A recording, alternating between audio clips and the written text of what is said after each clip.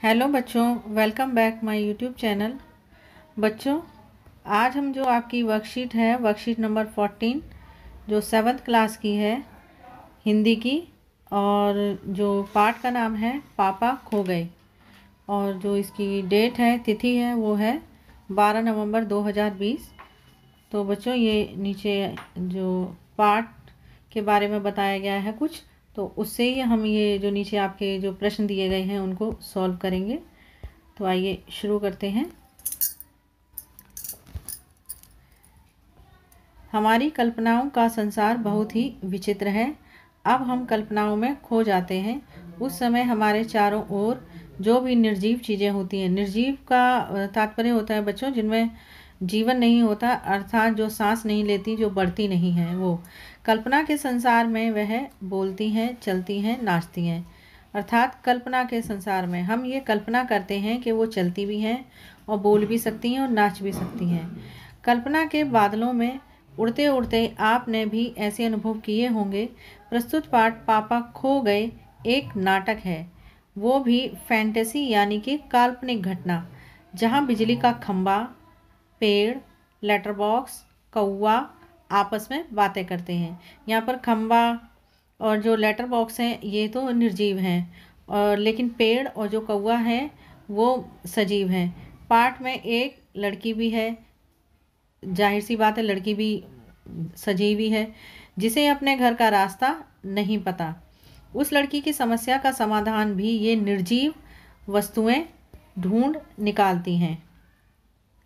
पेड़ और खंबे के बीच के संवाद, अर्थात जो बातचीत हो रही है पेड़ और खंबे के बीच में, पढ़कर पूछे गए प्रश्नों के उत्तर दें। पेड़ और खंबे। पेड़ पेड़ क्या कहता है? मुझ पर भी एक रात आसमान से गड़गड़ाती बिजली आकर पड़ी थी। वो बिजली थी या आफत? याद आते ही अब भी दिल धक धक करने लगता है। और बिजली जहाँ गिरी थी वहाँ खड्डा कितना गहरा पड़ गया था। अब जब कभी बारिश होती है तो मुझे उस रात की याद हो आती है। अंग थर थर कांपने लगते हैं। खंबा। पहले पेड़ कह रहा था खंबे से, अब खंबा देखिए क्या कहता है। मेरी तबीयत ही लोहे की है, जो बीमार ही नहीं पड़ता, वरना कोई भी इस तरह बारिश ठंडी धूप में खड़ा रहे तो जरूर बीमार पड़ जाएगा या नहीं? खंबा पूछता है पेड़ से, पड़ जाएगा या नहीं? कितने दिन बीत गए, कितनी रातें, लेकिन मैं बराबर इसी तरह खड़ा हूँ। अब ये जो गद्यांश है, इसमें से जो कुछ प्रश्न दिए गए हैं बच्चों, उन्हें आपको सॉल्व करना है। पहला है, किसे याद कर पेड़ का दिल धक धक करने लगता है? दूसरा है, जहाँ बिजली गिरी वहाँ क्या हो गया था? तीसरा है, खंबा बीमार क्यों नहीं पड़ता? चौथा है, कौन कई दिन और रात बीतने पर भी ऐसे ही खड़ा रहा? पांचवा प्रश्न है जो कि गतिविधि है। आप भी किन्हीं दो निर्जीव वस्तुओं के बीच संवाद अपनी कल्पना से लिखिए।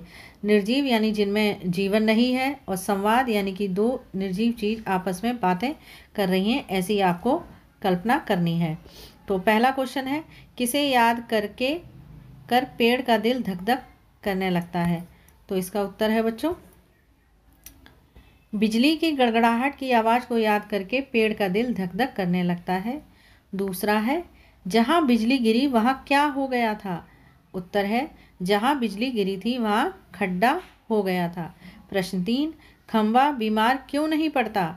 उत्तर है, खंबा, यहाँ बच्चों खंबा लिखा हुआ है, खंबा बीमार इसलिए नहीं पड़ता क्योंकि उसकी तबीयत लोहे की है। प्रश्न 4, कौन कई दिन और रात बीतने पर भी ऐसे ही खड़ा है? उत्तर, कई दिन और रात बीतने पर भी खंबा ही खड़ा है, खंबा ही खड़ा है। प्रश्न 5, गतिविधि। आप भी किन्हीं दो निर्जीव वस्तुओं के बीच संवाद अपनी कल्पना से लिखिए। अर्थात दो वस्तुएं हैं जो कि आपस में संवाद कर रही हैं, वो निर्जीव वस्तुएं हैं, तो आपको अपनी कल्पना से लिखना है। तो बच्चों, आप अपनी कल्पना में किसी से भी बीच में आप संवाद लिख सकते हैं, जैसे टेबल फैन है या सीलिंग फैन है, टेबल है, कॉपी है, किताब है, कर्टन है, झूले हैं, कई चीज़ें हैं आपके आसपास जिसके बारे में आप दो संवाद अपनी कल्पना से लिख सकते हैं। मैंने यहाँ पर एग्जाम्पल में देखिए ये दिया है संवाद उत्तर। पेंसिल और कॉपी हैं जो आपस में संवाद कर रहे हैं, बात कर रहे हैं। पेंसिल कहती है, कॉपी बहन तुम कैसी हो, क्या मैं कुछ शब्द तुम पर लिख सकती हूँ। कॉपी बोलती है, हाँ मैं बहुत अच्छी हूँ, बिल्कुल तुम मुझ पर कुछ शब्द लिख सकती हो। तो बच्चों ये थी आपकी वर्कशीट जो कि हिंदी की थी, कक्षा 7 की, और वर्कशीट नंबर 14 12/11/2020 की। Thank you.